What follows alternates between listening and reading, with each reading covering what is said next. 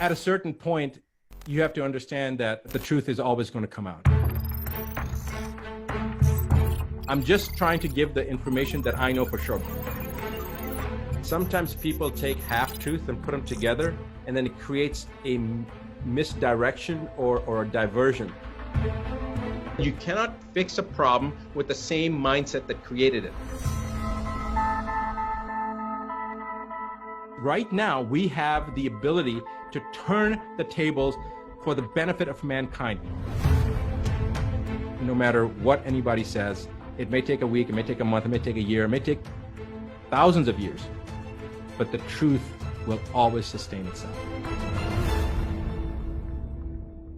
And we are at that point in history right now that we must, as a global population, as a citizens of this planet, not as citizens of the United States or the UK or this country, that country, as a planetary population, recognize that one, we are all connected. Literally, we're all connected. If you study quantum physics, you already understand that. But we are all connected, and our differences have been accentuated over the decades and over hundreds of years. Our religion, our creed, our ethnicity, our color of our skin, to create diversion. If you think about it, divide and conquer. That's an old saying. So you first divide the populace and then you conquer them. So I'm asking for people to unite. You would have to be blind and deaf to not recognize that what is happening is not normal and is not justified. The only way that you can control people is by keeping them in ignorance. But as soon as a person becomes empowered with knowledge, the one thing is that nobody can control you once you are aware.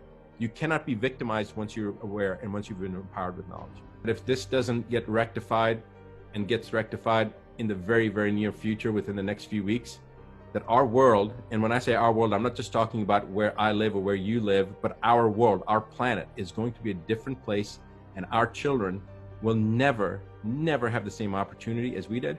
They will be sicker, they will be controlled, they will not have any privacy, they will not have any future, because this will usher in what I believe will be the next phase, which is extinction of the human race. The difference between fear and danger is that danger is real, fear is an illusion. But when you start painting fear and you start showing danger as misdirecting where the danger is coming from, and you think that the bear's coming from here, but the tiger's coming from behind, and that's what I'm wanting people to be aware of. We get programmed by our parents and by our teachers or whatever in the first 7 years. If a child is raised in the house of bigots, then they will have the same belief system as their parents did. And when they talk about the terrible teens, that usually the terrible teens is when they're losing the personality of their parents and forming their own personality.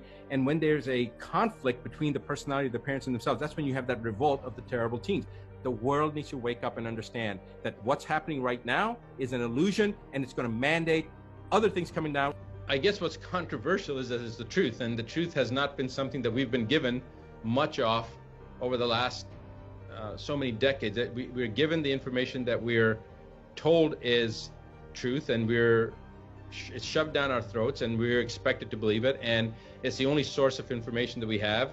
And then there's a little bit of a division between the types of channels. You've got the left channels and the right channels.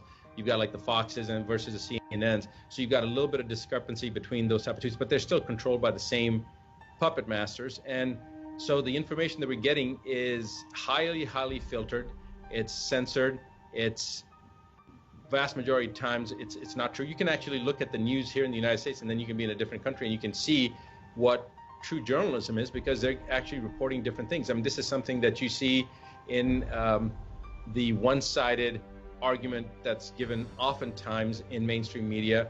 They have an agenda. You know, when you start looking at what the actual comments were, or when you start looking at what the actual decisions were, or what the actual complete press conference was, then you start to see that mainstream media took the statements out of context. And of course, you can adulterate things by cutting and pasting and editing things. Fake media is a real thing, has been a real thing. You've been hearing more about it in the last 4 years, but it's always been fake media. Truth has never been something that has been fought for, at least in the last 5 or 10 years in the United States, as far as fighting for it at home. We've taken things for granted. We always think we are in the United States, so we live in the land of the free, home of the brave, so it's not something that we have to worry about. It's taken for granted, and yet slowly things are disappearing. Our rights are being taken away slowly and slowly. when we start to recognize where the problems lie, then we can start to do something about it. The problem is we don't know where the problems lie because it's been kept from us.